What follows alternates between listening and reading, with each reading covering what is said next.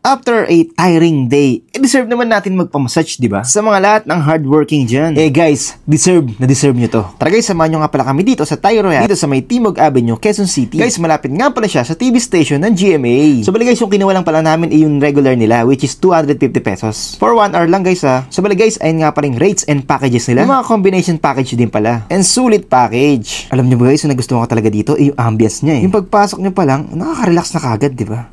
Ayan, di ba guys, yung vibe niya, no? And syempre, hindi lang yan, meron pa silang pa-free wash ng mga pit natin. And guys, bagong bukas pa lang pala sila. Tamang-tama sa inyo to guys, kung naghahanap kayo ng bagong spa. Syempre, di ba guys, kailangan talaga natin magpamassage para ma-relax-relax ang ating mga muscles. Di ba guys, minsan sa sobrang mga trabaho natin, nabibuild na yung mga labig-labig natin sa katawan. Kaya guys, at least 2 to 3 times a month, mas okay magpamassage talaga. Try nyo rin dito guys, I'm sure na magugustuhan ninyo at mag-i-enjoy talaga kayo. Napakalinis, maaliwalas at nakaka-relax ang ambience talaga dito. Di ba guys, after nito, di mag-food trip na kayo, di ba? Yung mga hot pot, yung mga sabaw-sabaw, naku, napaka-perfect talaga nun. So bala guys, madali lang pala siya makita, no? Around Timog lang talaga. So ano pang hinihintay nyo guys? Naku, deserve nyo to. Our vlog is about to end. Salamat sa pagsama sa amin hanggang dito sa dulo.